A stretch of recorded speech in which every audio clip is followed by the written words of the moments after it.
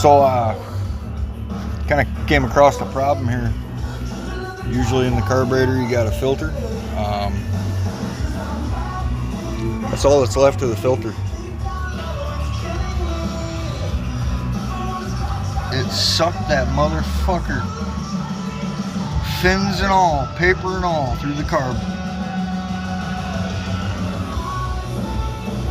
I have never seen that in my life. What the fuck? Well, good thing I got that done. Fuck me.